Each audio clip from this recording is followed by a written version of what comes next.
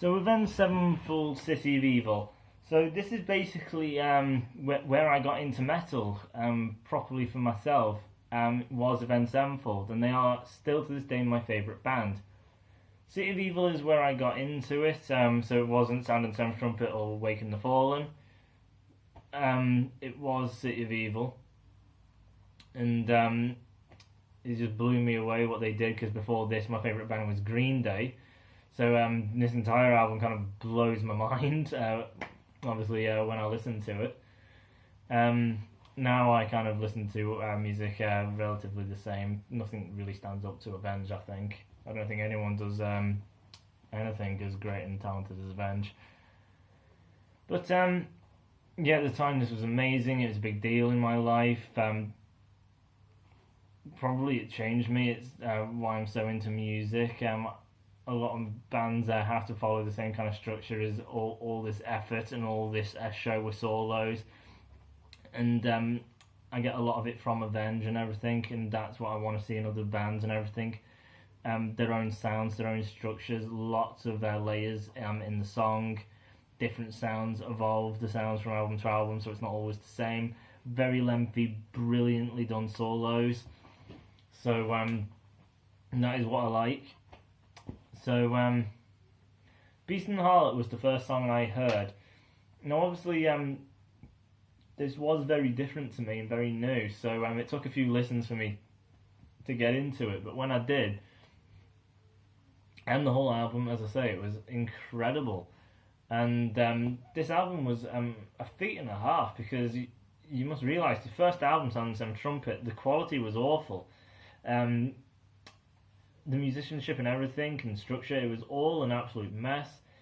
Waken the Fallen, the quality was improved. Sinister Gates actually pretty much came in for that album, so you got some great solos, like Second Heartbeat, that's an incredible solo. I Want to See You Tonight Part 2, incredible solo. And the last song, And All Things Will End, that solo is incredible, and that song overall is really great as well. But the rest of it kind of bland. Unholy Confessions, which is one of their best, it's just basic chugging and basic chords and everything.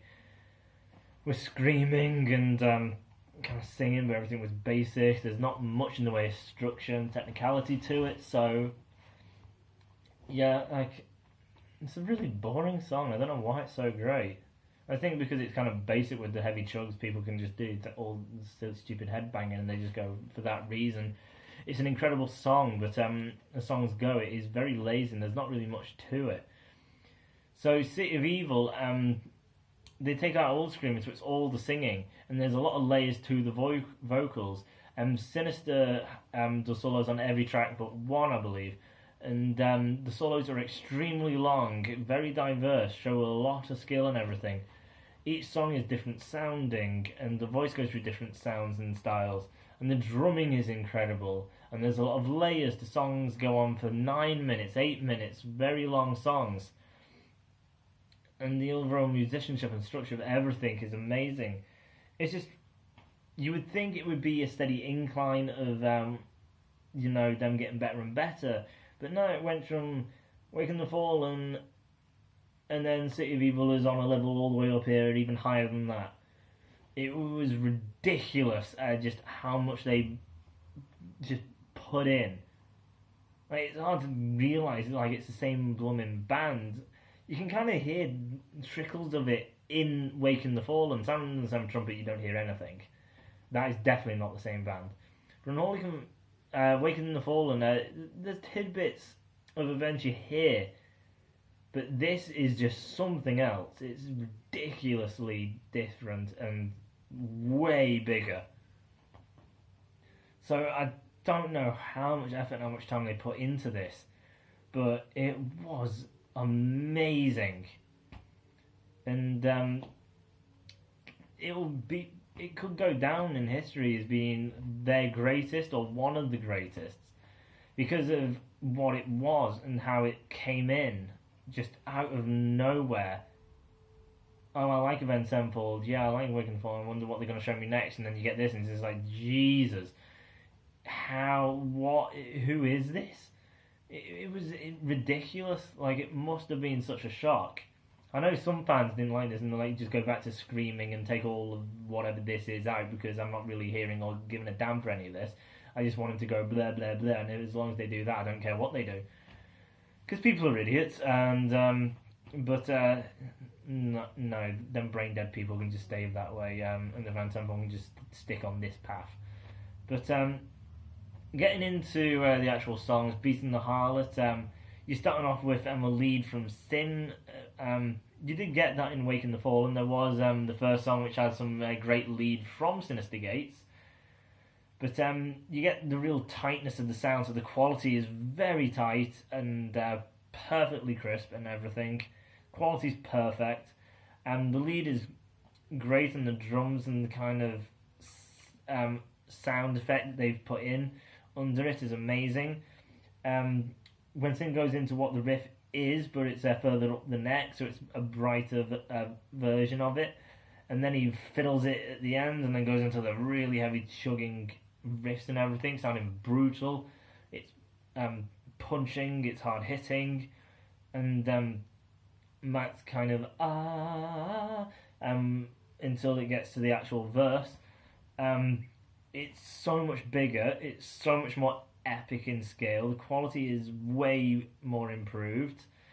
Structure and sound of just the basic rhythm chords that he's doing, the dun dun dun dun dun dun dun dun dun dun. It's basic. I can play it on the guitar. It is so easy, but man, is it a beefy, cool sound.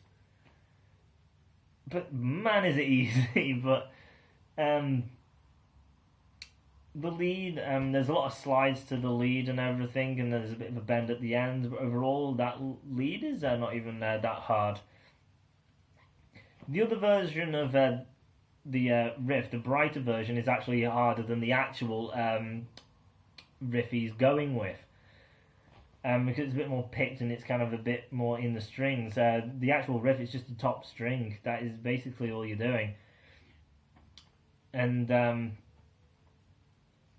but it's a beefier sounds, and they're going for a more beefy sound, so it doesn't matter as long as it works, I guess. When Matt comes in, his voice is quite aggressive and punchy. He's not really singing the words out, so length and power metal type. He's just kind of saying the words with an aggressive kind of tone to it and everything. Sounds really good. The chorus, when that comes in, his voice gets a bit brighter and richer. Sinister's doing some really weird leads down at the bottom of the neck, so he's gone from the top all the way to the bottom incredibly fast, doing whittles down there, so he has to really move and get the notes and everything. He can't waste time doing it. Gets it. I think there's some string skipping that is involved, which can really mess with your mind. And it's super bright. It's a bit in the background because everything. Matt's voice is still a bit kind of gnarly, and the rest is still kind of like that. Sin is the only one making the kind of bright noise, so it is a bit drowned out. But if you turn it up and what he's playing, it's really cool and everything. The solo actually comes after the first chorus, which is sometimes unusual. Sometimes it's after the second or at the end of the song, but Nelson's going with after the first chorus. It's a very long solo. That's the thing I really like about Sinister Gates. He does what he wants. He takes as long as he wants. He does not care what the rest of the band want. He does not care if the song has to get back and they need to shorten it. He'll play what he wants. He'll take as long as he wants, and he does not care. And I like that. He if you want a Sin solo, for the most part, you get a very long solo with multiple layers and styles. It's not just shred, this is just melodic. He has so many kind of techniques and things that he puts into it.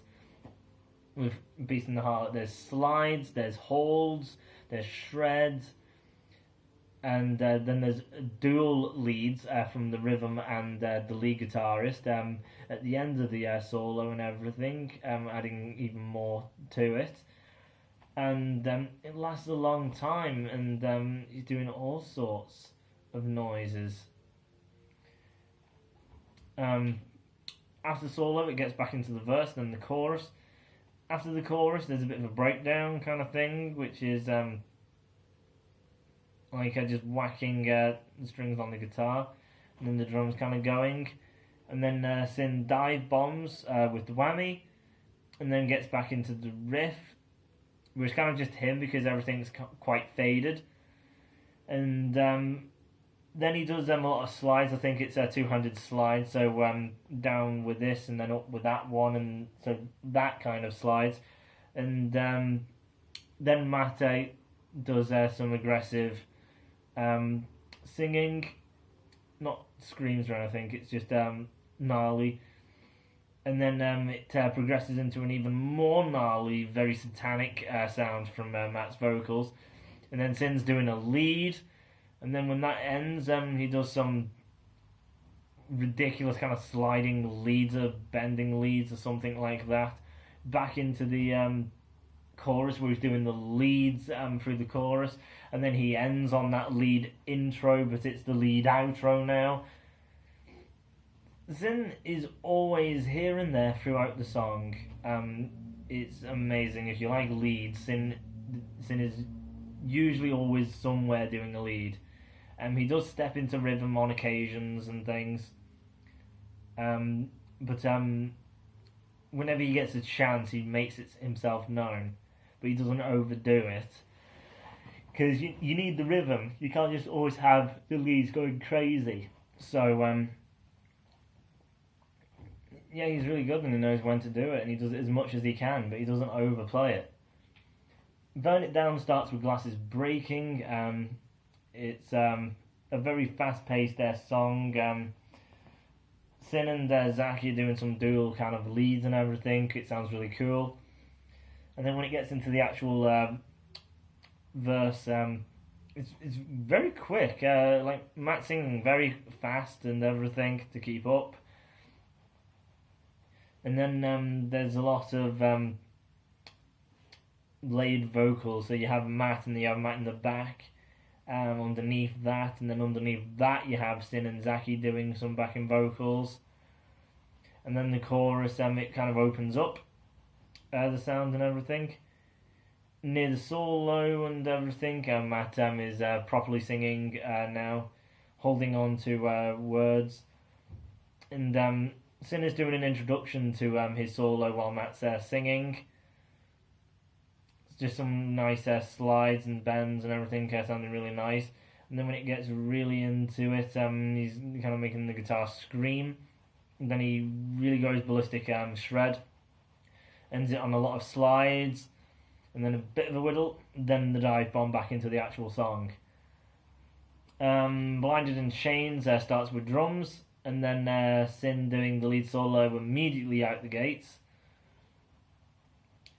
It's quite nice to begin with, simple, but then kind of everything kind of cuts out, and then it's building up to something more aggressive, and then that's kind of where it goes. It's really fast shred and everything showing off, and then it gets into the actual song.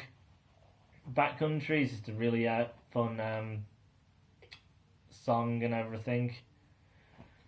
With Matt's signature try yis to drive off who did not eat, and he kind of does that weirdness with his voice. There's some amazing kind of change through the song where everything kind of strips down and everything kind of gets fluid sounding, and then that kind of lasts for a while, and then it gets back into the actual proper what you expect. So that's very weird, but I think it's supposed to be like a drug trip and everything, so everything's kind of all kind of fluid and floaty, and they're trying to incorporate that into the sounds. I think that's the idea they're going for. But obviously that shows a lot of kind of thinking and everything, so that is a good thing again. The solo, there's about 3 versions of it, so there's the introduction to it, and then it gets right into it. Then it has the middle kind of fiddly part, and then it goes to kind of dueling for the end parts. There's like multiple parts to it. and Trashed and Scattered doesn't seem to have a solo in it, which seems weird because every other song has one. So I would expect Trashed and Scattered does, but whenever I listen, I don't hear one. If it's very subtle or something, but Sinister has never really been subtle. So I don't know. Trashed and Scattered is I don't know if it's Blinded and Changed or Trashed and Scattered, but as a more kind of rappy singing style in the verse, and then it kind of goes into the actual proper singing. I don't know if that's Blinded and Changed or Trashed and Scattered, but I don't really like rap, but because it's just a short part, and there's so many layers and diversity through the album, I just take it as just another step in just something completely different.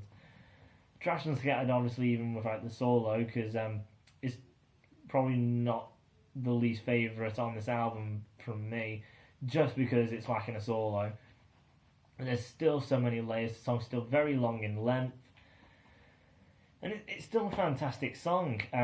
Seize the Day is the melodic of the album, and the solo of this is nothing technical, it's nothing extremely excruciatingly difficult, but it's a very talented solo nonetheless, just because it's so well thought out. Because if you have a guitarist who can just shred, then you just mindless shred, and that is it. So what distinguishes a good shredder to a bad one, then? A good one would be one that makes it sound musical, makes it rememberable, and a bad one would just be one that just whittles absolutely meaningless nothings. And this is why Seize the Day is so good, because it's thought about, it has feeling, it has heart and soul, and he soars, and then there's a bit of some subtle technicalities to it, but nothing too much or extreme, or really any. Mostly it's just about making the guitar sing and putting heart and emotion into it to cover the song. It's not just something hollow, just I'm going to do just some kind of slow things, or I'm just going to shred. It's going to go, okay, the song represents this. This is the feeling of the song. This is the theme of the song. Now I need to play something that goes along with the emotion, extends the emotion through lead guitar and everything, because I'm basically taking all of this into my playing, and I need to do something with it. And I need it to sing. I need it to be like it's speaking, it's telling you and showing you how you need to feel and everything. And Sinister Gates is very good at doing that. And Seize the Day is one of the best, if not the best, melodic solo he has ever done. Because it's really well known. Like, Afterlife is well known for its shreddiness and amazingly how difficult it is to play. But it's well known over all other shredding guitarists and way more shreddier solos from Sin. It's way more well known because he takes breaths throughout. He shreds and then he slides and holds it, so then you can kind of take that in, and then he gets back to it, and then it changes up to even quicker, but he still has some holds, so then you kind of process. Because if he didn't have them slides, the holds, it'd just be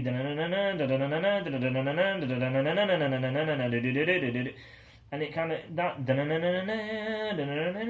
it's that which adds beauty to the because if that was just kind of all over the place, it's not really musical anymore, and that is why Sin's good. He knows what to do, when to do it. He knows the feelings. He incorporates it. He puts the feeling out in his guitar. And Seize the Day is just a perfect example. There is nothing technical really going on in Seize the Day, but it is extremely technical because he put through so much emotion and made it so beautiful sounding, and that's the difficulty, which is very difficult, extremely difficult, maybe even more difficult than just mindless shred. Because if you can shred, then you can just do it. To come up with a very beautiful and basic solo, make it sound and soar, can be very tricky. This solo is the perfect melodic solo. It is amazingly perfect. And the most technical part of Sin in the song is actually not the solo, but a lead near the end. While Matt is singing, Sin is doing some kind of string skipping, maybe sweep picking down the bottom of the neck, so it's very bright. There's string skipping, and it kind of sounds like ascending and descending type of sound. That will be more technical. It sounds more technical than any part of the solo. But it's bright, it's at a decent speed that fits everything else, so it's not just mindless shred again. He finds the perfect fit, because he feels the song, he knows what it needs, and again, another perfect part from him. And as I say, he always has leads. The lyrics of Seize the Day really speaks to me, because as it kind of says, seize the day. Live every day like it's your last. Don't take your days for granted. And the music video is probably one of the best, if not the best music video I have ever seen. It is amazingly well done. Which is Matt is at home with his pregnant girlfriend, and he's recording her and her belly because cute, I guess. And the band come over, and because the music's playing, you don't know what's being said, but they're basically like, come on, come on, come on. She's like, no, no, no, and kind of crying and holding him. But he just kind of walks off, and she kind of falls to the floor and cries. And they turn up at a shop and then put masks on. So it seems that they're going to be robbing the store, and that is what they do. They rob the store, and the police come. The band get away, but the lead singer is caught. And she watches it through the television. So she goes down to talk to him when he's in prison. They have an argument, and she just walks out. And that is the last conversation he had with her. That is the last memory they will share with each other. Because on the way home, because of what he did and why she was out, ended up killing her because she got hit by a truck. And she died. Matt couldn't go to the funeral because he's in prison. He can't even go to the funeral. She was out there because of him. That child is going to be brought up without a mum and a dad because of what he did. She's dead because of him. So, all that. Sin also plays the solo on the coffin, which is quite cool scenery and everything. And you can, even in the video, you can kind of see him kind of, the way he frets everything. His body kind of looks like he's putting effort in. If I died and Sin played on my coffin, I wouldn't be, disappointed or shocked. I'd be happy for him to play on my grave. I won't be offended at all or anything. I think it would be amazing. So, anyway, when he does come out, he visits her grave for the first time, probably. And it turns out the kid survived because the kid is there. He hugs the kid. And he's not crawling. The kid's gone through a few years, I guess, so God knows how long the kid's been without him. And that would be the first time he's seen the kid. So, seize every day like it's your last, because you never know whose last it'll be. You'll never know if it's your last. And even without it being kind of around death, seize every day can still basically mean if you don't go out there and live, there could be something out there that changes your life so drastically. It makes it so much better. But because you're not going out and taking life like it's the last, you have no idea what you could be missing, what has passed you by, and you'll never know what could have been. So seizing the day, you could improve life. Something could come into life that helps. So much can come of life if you actually seize it like it's your last. So I like that song a lot. Sidewinder, the solo is at the end and it's done acoustically. This is not Sinister Gates, this is Papa Gates. So this is Sinister's dad doing the solo. It's very jazzy. It's on the acoustic, and near the end of the solo, I think it's a dual solo because there's like two guitars kind of overlapping each other. Now, Papa Gates could have just done this in the studio. That is a thing you can do.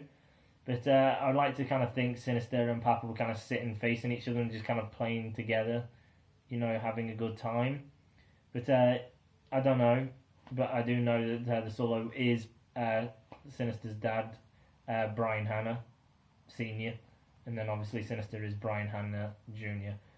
So it's the dad, and very jazz orientated, and obviously he taught Sinister as well, so Sinister is a very influenced jazzy blues player, and then everything he's learnt since going out into the world and learning new things himself. So if you think this solo is great and his dad's amazing, then Sinister will be that and probably even more, because the dad may not have even had this from a young age, as Sinister did, and has then added to that as well. So he's gifted. I hate people saying he's not good at all. He is extremely good, like ridiculously good. Idiots. But Sidewinder starts weird. It's like a windy kind of sound, and the rhythm chugs of Zaki. It's very beefy, very aggressive, and then Sin comes in with a kind of more brighter lead over the top of it, and then whittles to some slow slides and holds while Matt's singing, and then he fades off into the rhythm, and then at times he comes back to do leads. It's a thing Sinister does a lot of. He does a lot of leads when nothing's really going on. For the most part, sometimes he doesn't. For the most part, he is doing a lead while nothing's going on. And then he'll do some kind of flash or some kind of whammy thing. He really likes the whammy. Before the singer starts, and then maybe that will cut off. Or sometimes he will kind of be crawling in and out where Matt is. And then he comes and goes. He is always present. If you listen to the album without Matt, there is always leads everywhere scattered. But he comes and goes, which you can say is an influence of his dad, the jazz and blues people. Because they don't usually play. A blues player will stand and do nothing. And then when there's a break in the music, they'll just go, wah! And that'll be it for like a few seconds. And then they'll come in with a wah, wah, and that'll be it. Sinister does that, but obviously the metal way, with meow, meow, meow, and blah, blah, blah, and things crazy like that, and then he'll just kind of leave. But obviously he goes into the rhythm. He doesn't just stand there on stage staring into space. He goes in and out of rhythm leads, and he's all over the place. And so there's always something to listen to. Like a whole song is kind of like a Sinister Gates solo to a certain extent. And fantastic. A lot of bands should do that. Because a lot of bands that actually have leads, it's the solo and that is it. Sinister Gates doesn't do that. Sinister Gates does leads all the time and then has a solo. And just because he's had leads in other places, therefore the lead solo, he shouldn't take so much time away from it because he's been everywhere else, so there's no need. No, he really goes at it, and the solos are very long, very layered, multiple structures and sounds and tones and styles. It starts off with really amazingly aggressive shreds, and then very soft shreds, and then to amazingly melodic blues type of thing. And it goes all over the place. So there is so much from Sinister Gates. If you like lead guitar, Avenged Sevenfold really does have it. The people who say he sucks, I just think of people who whine and like other bands that aren't as talented. And they're jealous. Although I don't know why they need to be jealous. If you want to like it, then you're fully capable. We're not going to stop you. You can like it if you want. There's one comment I did on someone's YouTube video, and I said they need to be more like Avenged. It was Bullet actually, his Gravity, and I commented saying they need to be more like Avenged Sevenfold, where they change sound album by song, and there's so many layers, and that they need to do the really long and in-depth solos with leads throughout. And then a person commented saying, Avenged suck, they are terrible, they're not talented in the slightest. This band is talented, and the band he showed me didn't have any leads throughout the song, had no solos. The singer, when he actually sang, was extremely bright and sounded like he had no testicles, and then he also screamed. And the song was around 3 minutes or something. So I have no idea why he thought that was way more talented, because he says this band is basically in the exact same genre, which it isn't. I don't know what the bloody hell that was. And are better musicians. How can they be better musicians when they're not doing hardly anything like Avenged? Anywhere close to that standard. They're nowhere near. Basic songwriting, they're not getting it as good as Avenged. So, I don't know why there is a lot of problems with people with Avenged. Like, Avenged aren't struggling at all. Avenged are a very massive band. Play arenas everywhere. Their house is ginormous. Like, you can see Matt's house on YouTube. And it's massive as all hell. It's a mansion, I think. So, they're big, but there's just people out there that for some reason absolutely despise them and say they're not talented. But I swear everyone who says that do not know what they're saying, because Avenged Sevenfold are talented. The next song, The Wicked End. The solo in this actually does have sweep picking. I definitely know it's sweep picking, and it's right at the end of the solo. Now, sweep picking is extremely hard for people who don't know what it is. I'll try and show you, so I may look ridiculous because I'm going to be using my hands, but that's the best way I can do it. You have a string, so you have the bottom string, and then the next string, and the next string, and the next string, all the way up to the 6. Now, all I can play with is 5 fingers. So I need to start on one string, then go to the next one, then the next one, then the next one, then the next one, then the next one, and the next one. And then I come down, so I'm picking every single string. So 1, 2, 3, 4, 5, 6, and then back down 1, 2, 3, 4, 5, 6. But you're not picking it 1, 2, 3, 4, 5, 6. This hand has to go up in a sweep and down in a sweep. And this hand has to get absolutely everything as this pick rises itself up.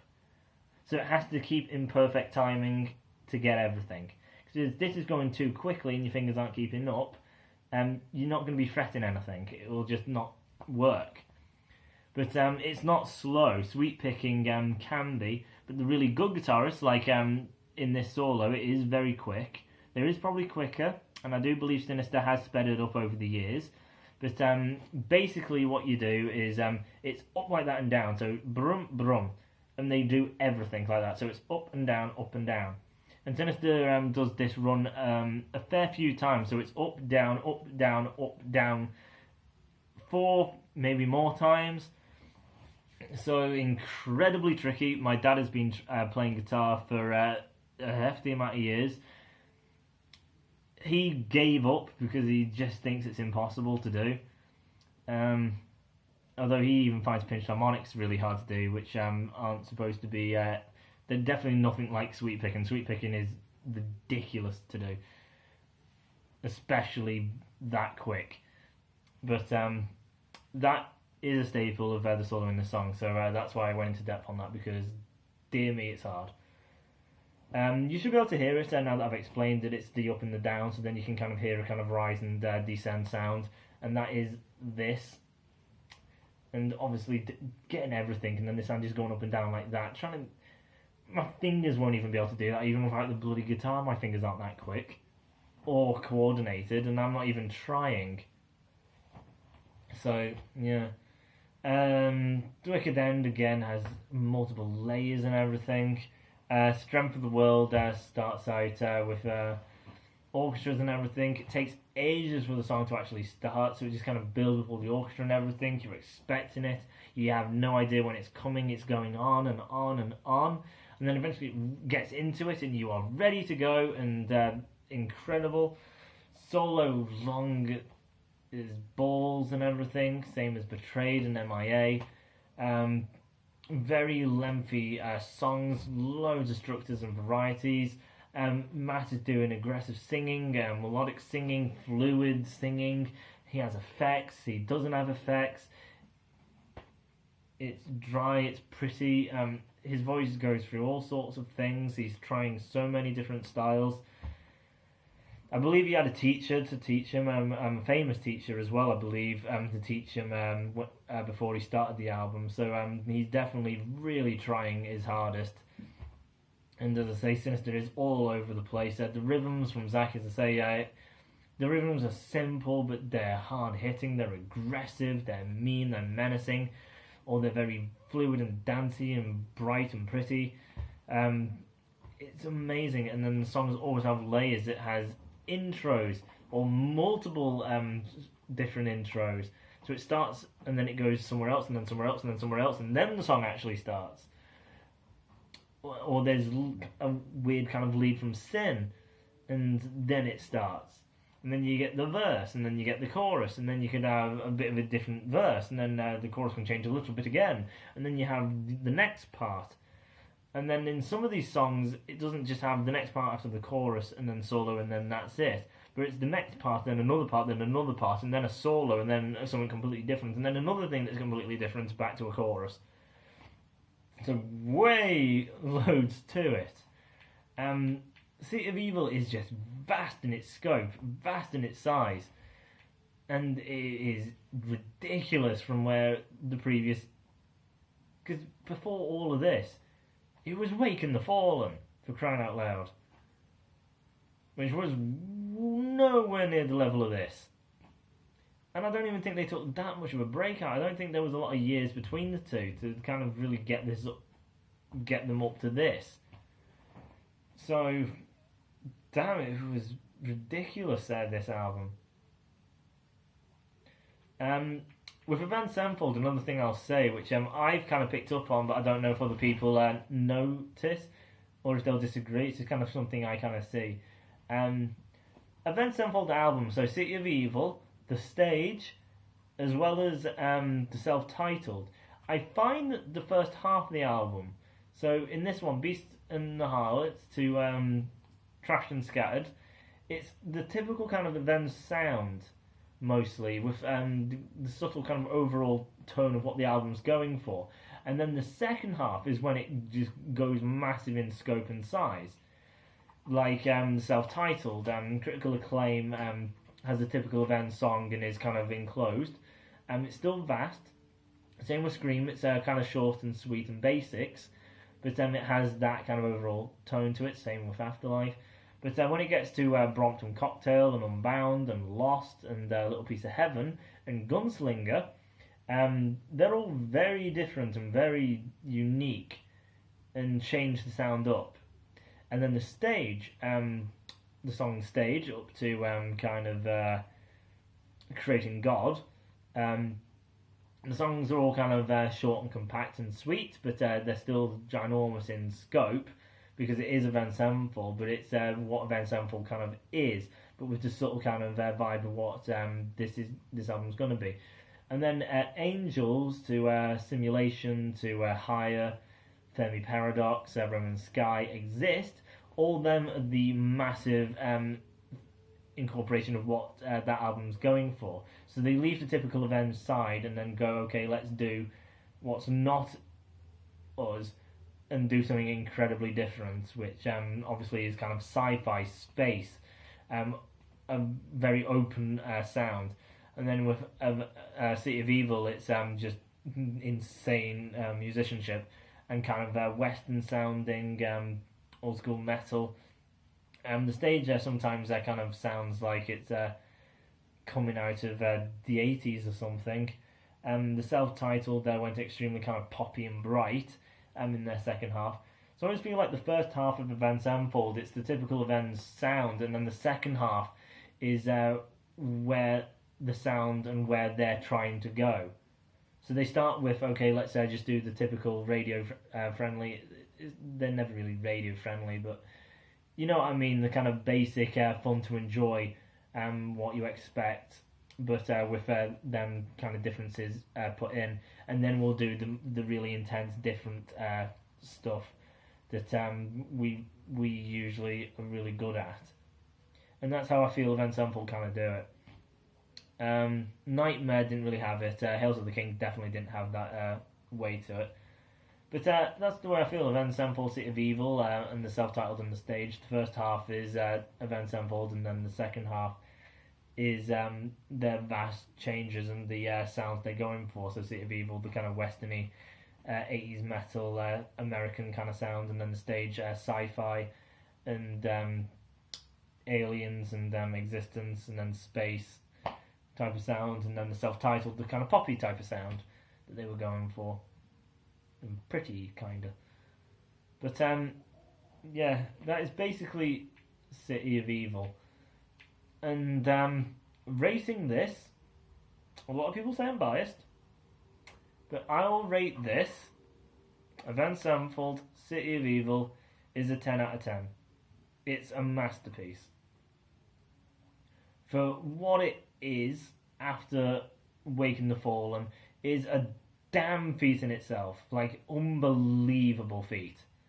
And even if you exclude that, if it was basically this is just a band and this is their start, it's still a 10 out of 10. It's not just because this is an amazing step over the previous. And even if this was the first, it is just so talented.